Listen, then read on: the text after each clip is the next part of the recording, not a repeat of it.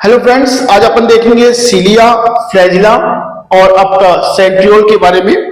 हम जानते हैं कि जो यूकैरियोटिक सेल्स होते हैं या जो आपकी प्रोकैरियोटिक सेल्स होती हैं, उनमें कुछ विशेष प्रकार की स्ट्रक्चर पाई जाती है जो लोकोमोशन में, मूवमेंट में और सेल्स के अराउंड जो लिक्विड होता है, फ्लूइड होता है, उनके मूवमेंट में हेल्प करती है। इन स्ट्रक्चर को हम बोलते हैं सीलिया और फ्लैजिला।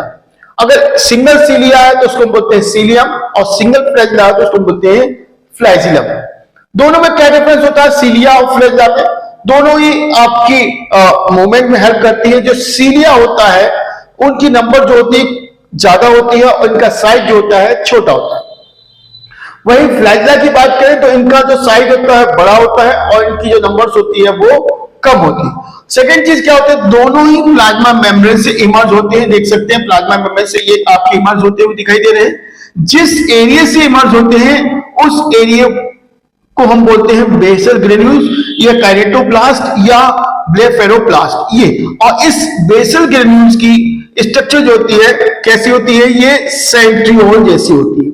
अगर एक हम सीलियम या फ्लैजिलम को देखते हैं तो हमको दिखाई देता है कि हर सीलियम या फ्लैजिलम के अराउंड प्लाज्मा मेम्ब्रेन्स होती है। ये प्लाज्मा मेम्ब्रेन्स होती है और वही उसी के अंदर कोर होता है जिसको हम बोलते हैं एक्सोनिम। और ये एक्सोनिम जो होता है माइक्रोट्यूब्यूल से मिलकर बनाता है। 9 माइक्रोट्यूब्यूल्स आपको दिखाई दे रही है, ये पेरिफेरल माइक्रोट्यूब्यूल्स होती है। और ये हर एक माइक्रोट्यूब्यूल जो होती है डबलेट्स की बनी होती है। ये डबलेट्स यानी डबलेट मतलब 2, एक ये और ये। तो हर पेरिफेरल माइक्रोट्यूब्यूल जो होती है 9 डबलेट्स की बनी होती है। सेकेंड चीज क्या होती है, इस कोर के बीच में 2 माइक्रोट्यूब्यूल्स होती हैं जो एक दूसरे से अलग होती हैं, सेपरेट होती हैं by the means of specific proteins. Second चीज जो 9 जो सेंट्रल ट्यूब्यूल्स होती है वो अराउंड उसके अराउंड एक प्रकार की मेम्ब्रेन्स होती है, एक सीट होती है जिसको बोलते हैं सेंट्रल सीट। अब देखिए जो 9 पेरिफेरल ट्यूब्यूल्स होती हैं वो आपकी सेंट्रल सीट से या सेंट्रल ट्यूब से जुड़ी होती है, जिसके द्वारा जुड़ी होती है उसको बोलते हैं स्पोक। जितनी पेरिफेरल ट्यूब्यूल्स होती हैं उतने ये स्पोक होते हैं। सेकेंड चीज जो होती है आपकी जो 9 पेरिफेरल ट्यूब्यूल्स होती हैं वो आपस में एक दूसरे से जुड़ी रहती है जिसको बोलते हैं हम लिंकर, और ये एक विशेष प्रकार के प्रोटीन से बना होता है। तो ये स्ट्रक्चर जो होती है सीलियम और फ्लैजिलम की है। वही जब हम सेंट्रियोल की स्ट्रक्चर देखते हैं या बेसल ग्रेन्यूल्स की या ब्लेफेरोप्लास्ट की स्ट्रक्चर देखते हैं तो हमको ये दिखाई देता। अब देखिए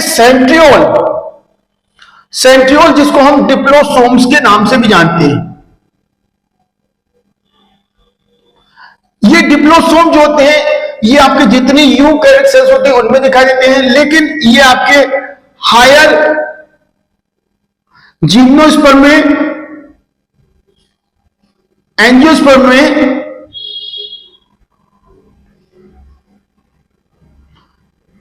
एब्सेंट होते हैं और प्रोकैरियोटिक में ये जो होते हैं एब्सेंट होते हैं।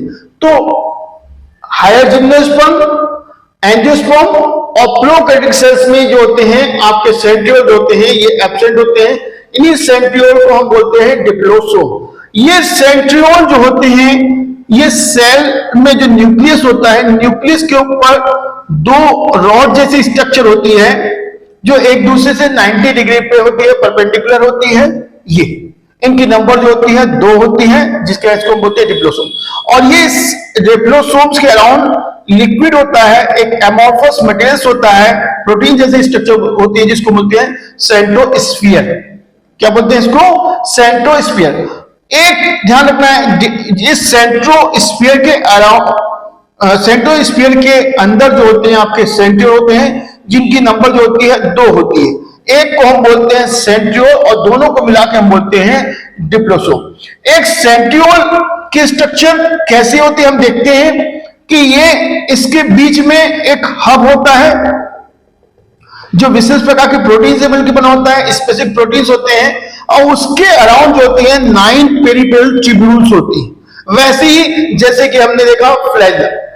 दोनों में क्या डिफरेंस होता है कि इधर पे जो 9 पेरिफेरल ट्यूब्यूल्स होती हैं ये आपकी डबलेट होती है, वही जो सेंट्रियोल होता है इसमें जो माइक्रोट्यूब्यूल्स होती है, पेरिफेरल माइक्रोट्यूब्यूल्स होती है वो तीनों की तीनों कंप्लीट होती है। देख सकते हैं ए बी सी। तो यहाँ पे ये ट्रिपलेट होते हैं, वहीं यहां पे जो आपका माइक्रोट्यूब्यूल्स होते हैं ये डबलेट होती है। ये मेन डिफरेंस होता है। सेकेंड चीज, इधर पे हमारे पास हब है, वहीं पे इधर पे माइक्रोट्यूब्यूल्स होती है, 2 माइक्रोट्यूब्यूल्स। तो इधर पे हम देखेंगे ये 9+2 बोलते हैं, और यहां पे जो होते हैं 9+0 हम बोलते हैं सेंट्रियोल। तो हम देख सकते हैं 9 पेरिफेरल ट्यूब्यूल्स हैं और सेंटर में हब है।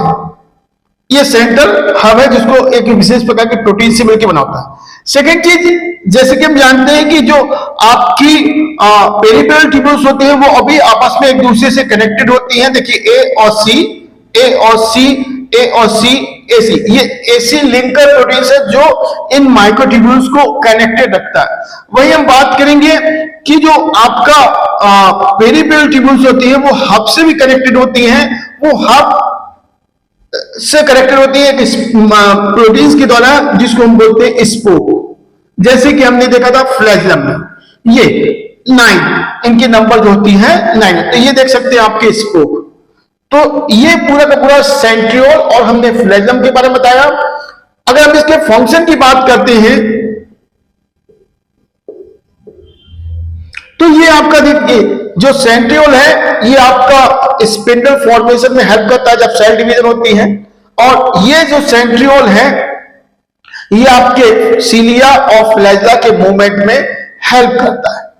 Is it okay? तो आई थिंक ये वीडियो आपको अच्छा लगा होगा, आप इसे लाइक कीजिए। Thank you.